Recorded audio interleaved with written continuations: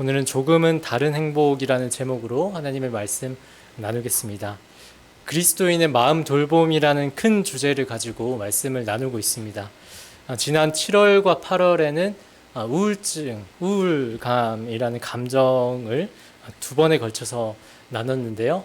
아내가 그러더라고요. 왜 부정적인 감정만 하냐고. 그래서 사실 긍정적인 감정은 원래 좀 후반에 다루려고 했는데 조금 앞당겨서 오늘은 긍정적인 감정들 중에 행복이나 기쁨, 즐거움이라는 주제를 가지고 어떻게 하면 우리가 그리스도인으로서 조금 더 행복하고 기쁘게 살아갈 수 있을까 하는 이야기를 나눠보려고 합니다. 여러분은 행복하십니까? 네, 스스로에게 한번 좀 잠깐 질문을 던져보시면 좋겠습니다. 만약 내가 나 행복해 라고 대답하셨다면 무엇이 여러분들을 행복하게 만드십니까? 혹은 반대로 내가 행복하지 않다면 만약 어떤 점이 달라지면 행복하다고 느끼실 것 같으세요? 인간은 누구나 궁극적으로는 행복해지고 싶어 하고 그 행복을 쫓아서 살아갑니다. 행복하고 싶지 않다고 하는 분은 아무도 없을 겁니다. 그런데 사람마다 그 행복을 얻기 위해 하게 되는 어떤 행동이나 방식들은 모두 다릅니다. 우리 한국에서는 크게 두 가지 유형들이 많은 것 같습니다. 첫 번째는 내가 많은 것을 소유하거나 높은 성취를 달성하는 것입니다. 돈을 많이 벌어서 부자가 되거나 사회적으로 인정받으면 명예로운 사람이 되면 행복할 것이다 하는 것이죠. 문장 완성 검사라고 하는 심리 검사가 있습니다. 문장이 한 50개 정도 주어지고 그 빈칸을 채우는 건데요. 이걸 통해서 그 사람이 가지고 있는 의식적으로나 무의식적으로나 가지고 있는 어떤 대상에 대한 느낌 혹은 내가 추구하는 욕구를 확인할 수 있는데요. 그 문장 중에 이런 문장이 있습니다. 내가 정말 행복할 수 있으려면 하고 뒤에 문장을 내가 완성하는 것이죠. 떠오르는 거 그냥 내가 생각나는 대로 심리 상담을 하면 이런 검사들을 많이 활용하는데 실제로 제가 많은 청년들을 만나서 이걸 해보면 그 뒤에 어떤 대답을 하냐면 부자가 되어야 한다 혹은 내 경제적인 자유를 이뤄야 한다, 무언가 소유하거나 뭔가를 달성하면 내가 행복해질 수 있을 것이다 라고 하는 내용들을 많이 확인할 수 있습니다. 우리가 부자가 되고 또 사회적으로 많은 사람에게 인정받고 무언가를 성취하면 좋습니다. 하지만 그것이 정말 우리에게 행복을 가져다 주는가 라고 했을 때는 몇 가지 문제점이 있습니다. 먼저는 우리가 소유하거나 타인으로부터 인정받는 것에서 오는 기쁨이 오래가지 않는다는 것이죠. 엄밀히 말하면 그때 주는 그 감정은 행복이라기보다는 약간의 흥분감입니다. 행복과는 다르지 짜릿합니다. 우리 뇌는 그런 자극에 금방 적응을 하게 됩니다. 10평에 살아서 내가 만족하던 사람이 20평으로 옮기고 싶고 20평에 살면 좀 만족할 줄 알았더니 30평으로 옮기고 싶고 100만 원에 만족하던 사람이 100만 원을 만족하지 못하고 금방 200만 원을 추구하게 되고 이것이 우리의 본성이라는 것이죠. 결국 끊임없이 내가 무언가를 만족하면 더 높은 만족을 우리는 추구하게 된다라는 것입니다. 그래도 이루게 되면 좋겠지만 거기에 도달하지 못하면 그것만큼 괴로운 게 없죠. 절망적입니다. 또 다른 문제는 그 가치는 변할지도 모르는 가치이기 때문에 우리는 언제든 그것을 잃을지도 모른다는 불안감이 있습니다. 유명인들이 특히 그렇죠. 이를테면 내가 이렇게 지금 많은 부와 명예를 누리고 있지만 이게 영원하지 않을 것이라는 것에서 오는 불안감이 있습니다. 순간은 흥분될지 모르겠지만 그 행복이 길게 가지 않죠. 더 큰 문제는 우리 사회가 끊임없이 비교를 한다라는 것입니다. 내가 100만 원에 만족하고 잘 살고 있었는데 옆에 친구 철수가 200만 원을 벌었다고 하면 우리는 금세 불행해집니다. 서울대학교 가면 만족할 줄 알았더니 내가 서울대학교 갔더니 엄마 친구 아들은 하버드 대학교를 간답니다. 불행해집니다. 그래서 물질적인 어떤 소유나 어떤 외부적인 가치나 평가가 결국 우리를 행복하게 만들 줄 알고 우리가 그것을 많이 쫓아가면서 살아가지만 우리는 현실적으로 거기서 결국에는 행복을 누리지 못하게 된다는 것이죠. 또 다른 유형의 사람들도 있습니다. 이들 행복해지기 위해서 아까 제가 말씀드린 방향과는 조금 정반대의 삶을 쫓아갑니다. 흔히 말하는 욜로족이죠. 욜로가 뭐냐면 You only live once. 그러니까 한 번밖에 살지 못하는 인생 즐기자. 요즘에는 이생망, 이번 생은 망했으니 그냥 즐기자 이런 거죠. 어차피 내가 돈 열심히 벌어봤자 뭐 집도 못 살 것 같고 뭐 결혼도 못 할 것 같고 열심히 노력해도 뭔가 안정적인 직장이나 뭐 이런 거 못 할 것 같으니까 멀리 보지 말고 그냥 오늘 하루 만족하면서 살자. 그냥 뭐 멀리 보지 말고 여행 가고 맛있는 거 먹고 명품 사고 뭐 이런 것이죠. 이런 삶은 행복할까요?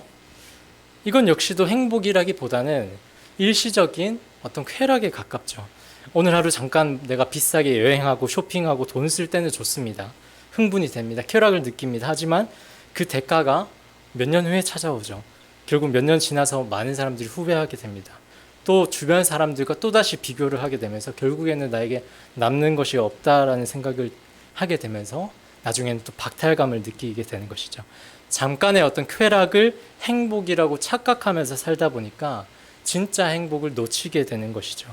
이처럼 우리는 누구나 행복을 추구하면서 나름대로 나는 많은 것을 성취하고 소유하고 또 소비하면서 살아가지만 역설적으로는 행복과는 더 멀어지는 삶을 살아가게 되는 경우가 또 많습니다.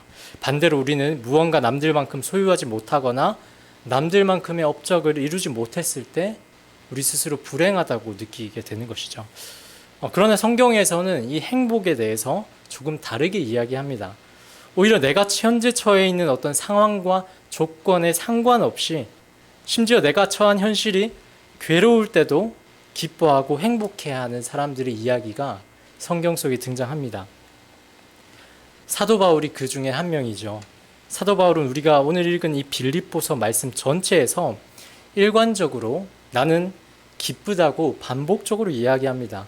이 빌립보서는 아시다시피 기쁨의 서신이라는 별명이 있을 정도로 이 4장밖에 안 되는데 이 짧은 분량 안에 기쁨이라는 단어가 총 14번이나 사용이 됩니다. 그런데 이때 당시 바울의 상황을 보면 기뻐할 수 있었을까? 행복할 수 있었을까? 사실 이해가 되지 않습니다. 이 빌립보서 말씀은 바울이 감옥에 갇혀서 내가 언제 죽을지도 모르는 상황에서 쓴 편지입니다. 누구에게나 죽음은 두렵습니다. 핍박과 고난, 내 생명의 위협 앞에서는 누구나 두려움을 느낍니다. 바울도 괴로웠을 겁니다. 사역은 잘 됐을까? 이 빌립보 교회 성도들, 이 빌립보서를 읽어보면 빌립보 교회 안에 성도들이 갈등이 있었고 사랑하는 동력자 에바브로디도가 병에 걸려서 죽을 뻔했다라고 기록합니다. 내가 언제 죽을지 모르는 상황, 내가 어떻게 사형당할지도 모르는 어떤 생명의 위협 앞에서 또 함께하던 동력자들 간에 갈등이 있었고 고통을 마주하던 상황에서도 사도 바울은 반복해서 지속적으로 일관적으로 나는 기쁘다라고 이야기를 합니다. 우리가 흔히 생각하는 행복의 조건이 보이지 않고 오히려 고통스러운 상황에서도 행복과 기쁨을 누렸다는 것입니다. 오늘 말씀을 통해서 우리는 어떻게 이런 행복을 누리며 살아갈 수 있을지를 나누고자 합니다. 먼저 이 행복과 기쁨에 대해서 이야기 나누기 전에 일반적인 정서의 특징에 대해서 살펴보려고 합니다. 그리스도인의 마음 돌봄이라는 주제로 여러 가지 정서에 대해서 이야기를 나누고 있는데요. 우리가 정서를 왜 느낄까요? 정서라고 하는 것은 우리가 사람에게는 욕구가 있기 때문에 정서가 느껴집니다. 내가 좋아하는 것, 또 추구하는 것, 그리고 중요하게 생각하는 것들, 내 욕구가 성취되거나 반대로 좌절되었을 때 우리는 정서를 느끼게 됩니다. 예를 제가 한번 들어보겠습니다. 최근에 그 프로야구 시즌이 진행되고 있는 걸로 알고 있는데요. 우리 교회에는 두산 팬이 많은 걸로 알고 있습니다. 그래서 우리 중고등부랑 청년부에도 이 두산 팬들이 있는데요. 최근에 어떤 플레이오프라고 저도 잘 모르겠지만 그 어떤 시즌에 진출하는 팀 선발전 같은 거를 했다고 합니다. 말하자면 4강 진출전을 하는 것이죠. 거기에 이제 10개 구단이 서로 겨뤄서 순위를 내서 4등까지만 이렇게 진출을 하는데 이 두산이 이 4등 안에 못 들어서 안타깝게 진출을 실패했다고 하더라고요. 두산 팬들이랑 얘기를 나눠보니까 반응이 어땠을까요? 화가 나고, 이 두산 그래도 잘할 줄 알았는데 한 점도 못 내고 졌다 그러니까 화가 나고 짜증이 나고 슬퍼합니다. 저는 어땠을까요? 두산 팬분들에게는 죄송하지만 저는 아무렇지도 않았습니다. 그냥 졌구나, 못했나 보다, 끝이었습니다. 동일한 사건, 두산이 떨어졌다라는 그 사건을 경험했는데 서로가 느끼는 정서는 굉장히 달랐습니다. 왜일까요? 두산이 떨어지는 상황을 경험하면서 슬퍼하고 분노하는 사람들은 어떤 사람이었을까요? 이 두산에게 기대를 가지고 있었고 두산이 잘해서 4강에 진출하기를 바랬던 그런 사람들은 이 두산이 떨어진 것을 보고 굉장히 좌절하고 슬퍼합니다. 내가 애정하는 우리 팀이 승리하는 걸 보고 싶었고 점수를 내는 걸 보고 싶은 그 욕구가 있었는데 그 기대가 좌절되었기 때문입니다. 반면에 저는 두산에 대한 애정이 없습니다. 프로야구에 큰 관심이 없습니다. 그러다 보니까 어느 팀이 지든 이기든 관심이 없어서 저는 슬퍼하거나 화날 일이 없었던 것이죠. 만약에 두산이 이겼다면 어땠을까요? 그래도 저는 별로 감정이 없었을 겁니다. 두산 팬들은 엄청 기뻐했겠죠. 이처럼 우리는 동일한 상황과 사건을 경험하더라도 서로 다른 정서를 느끼는데, 그리고 내가 어떤 상황에서 어떤 정서를 느끼느냐는 다르게 말해서 나의 욕구가 무엇인지, 우리가 무엇을 중요하게 생각하는 사람인지 이런 것들을 알려주는 일종의 신호라는 것이죠. 그래서 내가 추구하고 원하는 욕구가 충족되었을 때는 긍정적인 정서들을 느끼고 반대로 충족되지 않았을 때 부정적인 정서를 느낍니다. 기쁨과 행복도 마찬가지겠죠. 내가 기쁘다, 행복하다라고 하는 것은 나에게 있는 어떤 욕구가 충족되었다는 것을 의미합니다. 그런데 사람마다 욕구가 하나만 있지는 않겠죠. 다양한 욕구가 있는데 그 중에서도 우리에게 근본적으로 있는 중요한 욕구 중에 하나는 관계에 대한 욕구입니다. 누군가와 친밀한 관계를 맺고 싶어 하는 욕구인 것이죠. 기쁨과 행복이라는 이 감정은 우리에게 있는 다양한 욕구 중에서 이 관계에 대한 욕구와 많은 관련이 있다고 합니다. 하버드 대학교에서 행복에 대해서 한 75년간 724명을 대상으로 연구를 했다고 합니다. 아주 오랜 시간 큰 연구죠. 무엇이 사람을 행복하게 하고 건강하게 하는지에 대해서 연구를 해봤더니 이 연구 끝에 밝혀진 결론이 뭐냐면 우리를 행복하게 만드는 것은 결국에는 좋은 관계다라는 것입니다. 그 좋은 관계를 우리가 맺을 때 우리는 더 행복하고 신체적으로 더 건강해진다라는 것이죠. 가족이나 친구 또 공동체에서 연결이 긴밀할수록 더 행복하다라는 것이죠. 관계의 양, 그러니까 친구가 얼마나 많느냐보다 그 관계의 질이 우리의 행복에 영향을 준다라는 것이죠. 바울은 기쁘다고 이야기를 합니다. 행복하다고 이야기를 합니다. 그리고 빌립보 성도들에게도 기뻐하라고 권면합니다. 그런데 그 앞에 단서를 하나 붙입니다. 뭐죠? 4장 4절 말씀, 우리 읽은 말씀을 보면 어떻게 기뻐하라고 하냐면 주 안에서 기뻐하라고 합니다. 이 빌립보서 말씀을 쭉 보면 기뻐하라는 표현 앞에 항상 주 안에서라는 표현을 덧붙입니다. 기뻐하라는 표현 이외에도 주 안에서라는 단어가 굉장히 많이 반복됩니다. 그만큼 강조를 하는 것이죠. 그러니까 우리가 기뻐하는 삶, 행복한 삶을 살기 위해서 전제되어야 하는 것이 있다라는 것입니다. 바로 주 안에서 기뻐하라는 것입니다. 그것이 우리에게 우선순위가 된다라는 것이죠. 그럼 이 주 안에서라는 건 어떤 의미일까요? 이 표현을 묵상하다가 요한복음에 나오는 그 포도나무 비유가 떠올랐습니다. 예수님께서 우리와 하나님과의 관계를 포도나무와 가지에 비유를 하시죠. 나는 포도나무에 너희는 가지라. 그가 내 안에 내가 그 안에 거하면 사람이 열매를 많이 맺나니 나를 떠나서는 너희가 아무것도 할 수 없음이라 라고 이야기하십니다. 가지는 포도나무 안에 속해 있죠. 가지가 포도나무 안에 거하지 않으면 버려지고 마릅니다. 반대로 가지가 포도나무와 연결되어 있고 연합될 때 그 가지는 많은 열매를 맺게 된다고 이야기하죠. 마찬가지로 우리가 주 안에 거한다라는 말은 우리가 주님과 관계를 맺어간다라는 것을 의미합니다. 우리가 주님 안에 속해 있고 다른 말로 우리가 주님과 연합되었다는 의미일 것입니다. 마치 포도나무의 가지가 자기의 힘으로 아무런 열매를 맺을 수 없듯이 그 가지는 오직 나무와 연결돼서 나무로부터 오는 그 영양분에 공급받을 때 비로소 열매를 맺을 수 있다는 것입니다. 우리가 주님께 전적으로 의존되는 것, 그리고 주님과 연합되고 하나가 되는 것이 이 주님 안에 거하는 삶이라는 것입니다. 그리고 주님과 맺어가는 그 관계의 질, 깊은 관계 안에 있을 때 바울이 기뻐하고 행복할 수 있었다라는 것입니다. 그런데 사람과 맺는 관계도 행복을 줄 텐데 이 하나님과 이 바울이 어떤 관계를 맺었기에 이렇게 고백을 할 수 있을까요? 하나님에 대한 어떤 신앙 고백이, 어떤 믿음이 있었길래 도대체 이런 시련 속에서도 이겨낼 수 있게 했을 뿐만 아니라 정말 초월적인 기쁨, 행복을 고백할 수 있었을까요? 바울의 신앙 고백을 우리 한번 살펴보겠습니다. 우리가 읽은 이 말씀이 빌립보서죠. 빌립보서의 구조는 짧고 이 사색적인 글 몇 개가 나열되어 있는 구조로 작성되었습니다. 그 중에 가장 중심이 되고 핵심이 되는 부분이라고 한다면 우리가 잘 아시는 오늘 교동문에서도 우리가 읽었던 빌립보서 2장의 말씀입니다. 바울은 이 2장 말씀을 통해서 예수님이 누구인지에 대한 자신의 어떤 확신을 표현하고 그 신앙 고백을 중심으로 그리스도인이 어떻게 살아가야 하는지에 대해서 다른 장들을 통해서 이야기를 하고 있습니다. 그 중에서도 특히 빌립보서 2장 6절에서 8절까지의 고백이 바울의 중심 고백인데요. 함께 우리가 읽어보겠습니다.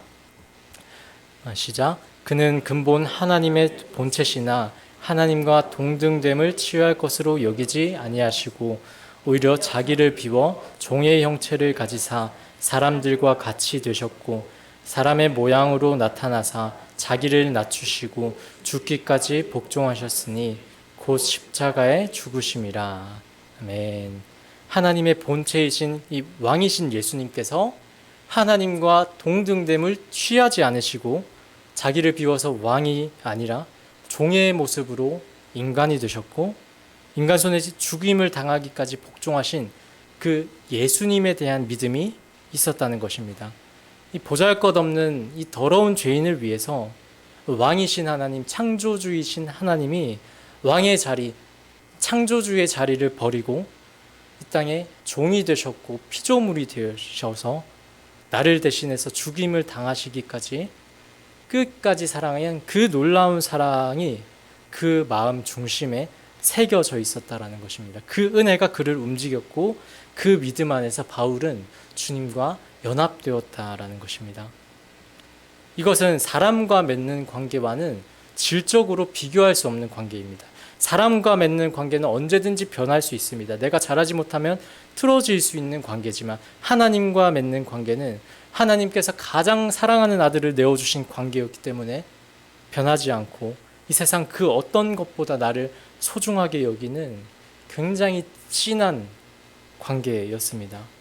바울은 그렇게 나를 위해서 자기를 비우신 그 주님과 연합되고 주 안에서 하나가 됩니다. 그러자 바울의 욕구가 새로워집니다. 오늘 오전에도 목사님께서 예수님을 만나면 그 변화된다 이런 말씀을 하셨는데 그 변화되는 부분 중에 하나가 욕구가 변화됩니다. 바울의 욕구가 새로워집니다. 그동안은 나의 만족, 내 육체적인 쾌락을 쫓아서 살았고 물질적인 가치가 중요하다고 느꼈던 사람이 이제는 다른 욕구가 그 안에 자리 잡게 됩니다. 그 욕구는 바로 예수님의 욕구였습니다.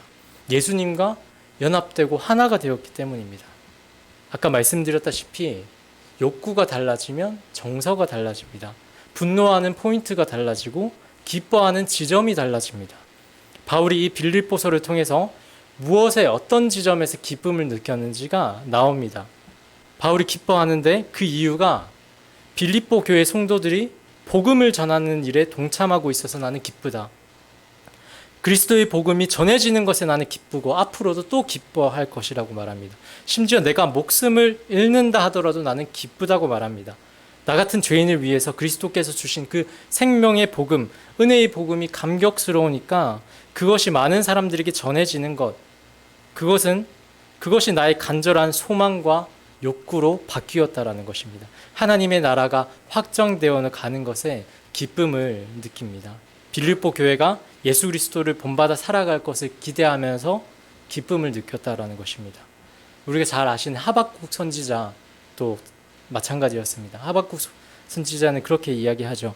무화과 나무 잎이 마르고 포도 열매가 없고 외양간에 소가 없을지라도 나의 구원의 하나님으로 말미암아 기뻐하겠다고 이야기를 합니다. 오늘날로 말하면 통장 잔고에 내가 영원이고 취업 시도를 계속하는데 안 되고 열심히 공부했는데 내가 원하는 곳에 도달하지 못하고 자녀는 계속해서 어떤 문제를 일으키고 그런 상황일지라도 나의 상황적으로는 기뻐할 이유가 아무것도 없을지라도 나는 기뻐하겠다. 그 기쁨의 이유에 대해서 구원의 하나님으로 말미암아 기뻐하겠다라고 이야기를 합니다. 아무것도 기쁜 일이 없을지라도 내가 기뻐할 수 있는 것은 하나님께서 나 같은 죄인, 이 죽을 수밖에 없고 멸망할 수밖에 없는 나를 영원한 생명으로 인도하신 그 은혜로 말미암아 그 구원의 감격으로 말미암아 나는 기뻐하고 행복하다라는 것입니다. 바울과 하박국 선지자가 느꼈던 이 기쁨의 감정은 오늘날 우리가 소유할 수 있는 어떤 물질적인 소유를 가졌기 때문에 또 많은 사람들로부터 내가 인정을 받고 칭찬을 받았기 때문에 느꼈던 행복이 아니었습니다. 오히려 남들이 말하는 그 모든 행복의 조건들을 배설물로 여길 만큼 무가치하게 나는 여겼다는 것입니다. 나를 위해 생명을 주시고 구원하신 그 사랑이 나에게는 가장 중요했기 때문입니다. 지금 내 상황이 비록 부족하고 결핍할지라도 영원히 변하지 않고 나를 사랑하시고 보호하시는 그 하나님과의 관계 안에서 하나님의 꿈이 나의 욕구가 되니까 이 세상에 줄 수 없는 행복을 바울과 많은 사람들이 경험했다라는 것입니다. 우리를 사랑하시는 그 구원의 주님 안에서 놀라운 기쁨과 행복을 누리는 저와 여러분이 되길 소망합니다. 마지막으로 더 중요한 부분이 있습니다. 바울은 아무런 염려 없이 마냥 그럼 행복하고 기쁘기만 했을까요? 우리가 흔히 말하는 조증은 아니었습니다. 우리 6절과 7절 말씀을 다시 한번 읽겠습니다. 시작. 아무것도 염려하지 말고 다만 모든 일에 기도와 간구로 너희 구할 것을 감사함으로 하나님께 아뢰라. 그리하면 모든 지각에 뛰어난 하나님의 평강이 그리스도 예수 안에서 너희 마음과 생각을 지키시리라. 바울은 아무것도 염려하지 말고 하나님께 아뢰라고 이야기합니다. 바울은 나 아무것도 염려되지 않아 라고 이야기하진 않습니다. 이 표현은 다른 말로 하면 그 염려하는 것 그 자체를 부정하진 않습니다. 다르게 말하면 바울 역시도 염려가 안 되는 건 아니라는 것이죠. 나도 염려가 되는 일이 있어. 그래도 우리 너무 염려하지 말고 그 대신에 기도하자. 염려 대신에 우리 기도하고 간구를 한번 해봅시다 라고 하는 것이죠. 그런데 그 이유가 더 중요합니다. 바울은 그렇게 하나님께 우리의 염려를 놓고 기도하면 그리하면 어떤 결과가 있을 것이라고 이야기를 하죠. 하나님의 평강이 우리의 마음과 생각을 지키실 것이라고 이야기합니다. 바울은 염려하는 마음을 가지고 우리가 기도하면 우리의 염려가 다 사라질 겁니다 라고 이야기하지 않습니다. 우리가 고민하고 힘들어하는 그 문제가 완전히 제거될 것이라고 이야기하지 않습니다. 그 문제가 여전히 남아있을지도 모르고 때로는 그 문제로 인해 내가 공격받을지도 모른다. 그러나 중요한 것은 하나님의 평강이 우리를 지키고 보호한다라고 고백합니다. 모든 지각에 뛰어난 하나님의 평강이 그리스도 예수 안에서 우리의 마음과 생각을 지키신다라는 것이죠. 한 어린아이가 길을 가다가 넘어집니다. 아프죠. 이 어린아이는 많이 다쳤을까 봐 불안해합니다.